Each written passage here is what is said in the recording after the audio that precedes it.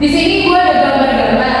Nah nanti kalau misalnya ini ternyata sesuai sama diri aku nih, nanti kalian angkat tangan ya.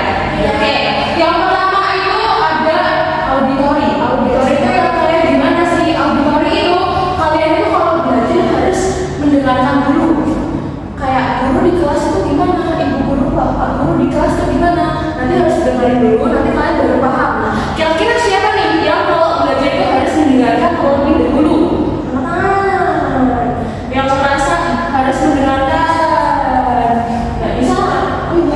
Atau Mbak Nia atau Mbak Ella atau Mbak Maya? Nggak bisa. Saya Mbak Bisa. Mbak Bisa berarti kalau misalnya di kelas harus dengerin dulu ya dari guru ya, baru paham. Oke. Cuma Mbak Bisa aja nih. Yang lain belum ya kayaknya. Oke. Visual. Visual itu berarti di gambarnya itu kan ada 3 orang melihat televisi atau komputer. Berarti itu kalau belajar itu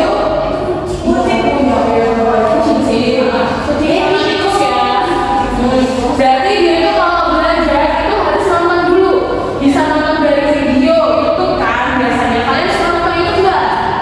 Nggak. Suka. Kita suka nonton TikTok atau yang TikTok suka One Piece.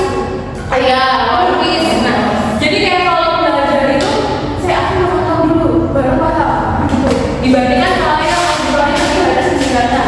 Siapa nih kira-kira yang sesuai sama gambar visual? Aku. Nih, Mbak Maya. Oke, Mbak Maya berarti visual. Dia itu kinestetik. Kinestetik itu berarti harus melakukan percobaan terlebih dahulu. Kayak kalau misalnya di kelas, kalian di kelas kan biasanya banyak banget praktek nih. Praktek percobaan secara langsung, misalnya mencantok. Berarti harus mencantok dulu baru paham. Oh seperti ini loh mencantok, nah seperti itu. Kalau yang kinestetik berarti harus praktek secara langsung dulu baru paham. Siapa nih yang sesuai sama kinestetik? Oh, berarti Mbak Nia sama Mbak Yola kinestetik. Oke. Berarti setelah tadi udah tahu siapa yang auditori, siapa yang visual, siapa yang kinestetik. Sekarang kita akan target pembelajaran. Tujuan pembelajaran kali ini karena tadi kita menentukan permasalahan, berarti yang pertama itu harus bisa membaca. Kalian hobi baca kan? Nggak suka baca novel.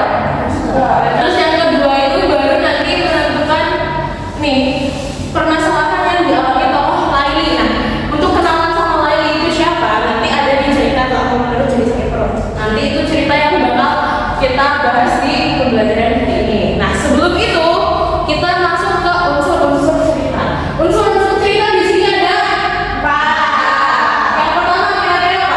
Kalau cerita harus ada siapa? Kalau tokoh itu ada protagonis dan antagonis. Kira-kira perbedaannya apa nih? Protagonis